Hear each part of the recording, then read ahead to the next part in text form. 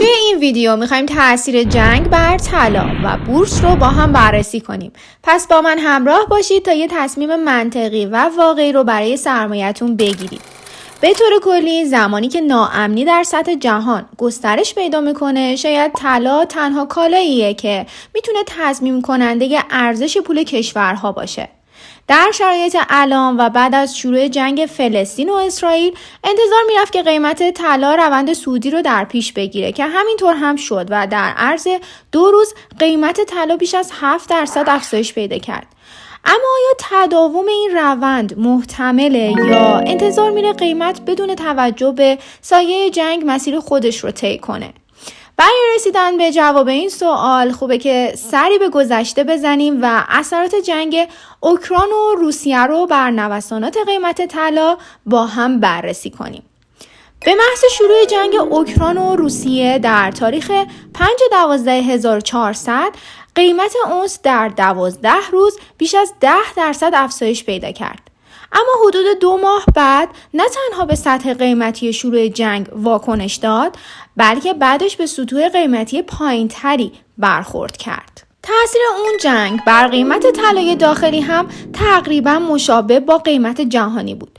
اما مطابق انتظار هیجان نوسانات داخلی بیشتر از سطح جهانی بود، به طوری که در روز اول مثبت 3% رشد قیمتی رو شاهد بودیم. تداوم روند صعودی تقریباً 4 ماه طول کشید و قیمت طلا بیش از 25% رشد داشت. اما بعد از کاهش التهابات ناشی از جنگ اوکراین و روسیه در تاریخ 29/5/1401 قیمت طلا مجدد به نقطه شروع جنگ واکنش داد، اما هرگز به زیر اون سطح نفوذ نکرد. با این تفاسیر میشه گفت که در کوتاه مدت قیمت طلا متأثر از جنگ فلسطین و اسرائیل روند صعودی در پیش خواهد گرفت.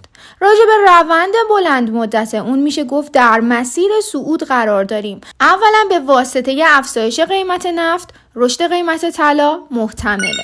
ثانیاً از لحاظ نموداری چه طلای داخلی و چه جهانی در ناحیه اشباع فروش قرار گرفته و چه با جنگ و چه بدون اون سناریوی افزایش قیمت طلا همچنان ادامه داره.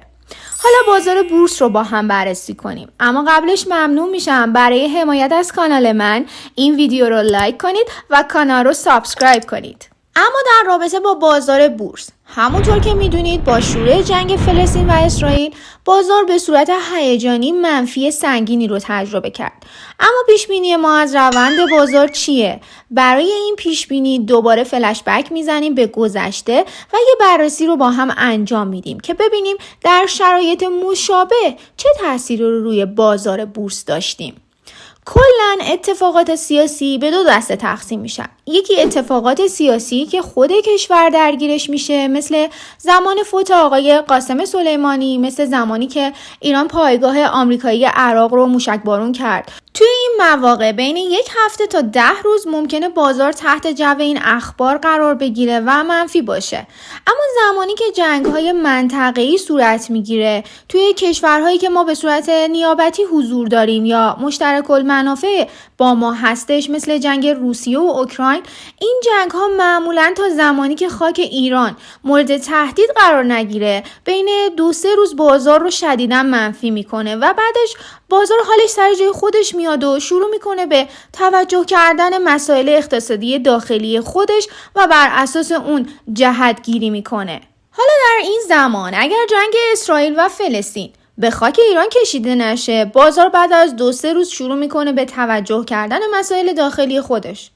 اما نکته مهم از این قراره که وقتی بازار بورس به دلیل یه خبر سیاسی یا نظامی یه سقوط شدید میکنه، بعد از اینکه هیجانات اون خبر کم بشه و بازار به این نتیجه برسه که قرار نیست به اون لطمه‌ای وارد بشه، معمولا در اکثر موارد یک رشد سریع اتفاق میفته که قیمت رو برمیگردونه به سطح شروع قبل از اون درگیری سیاسی یا نظامی. مثالش بعد از فوت آقای سلیمانی 1 هفته شدیداً بازار منفی شد و بعدش یک رشد سریع شروع شد که قیمت‌های اون روزا شد خاطره.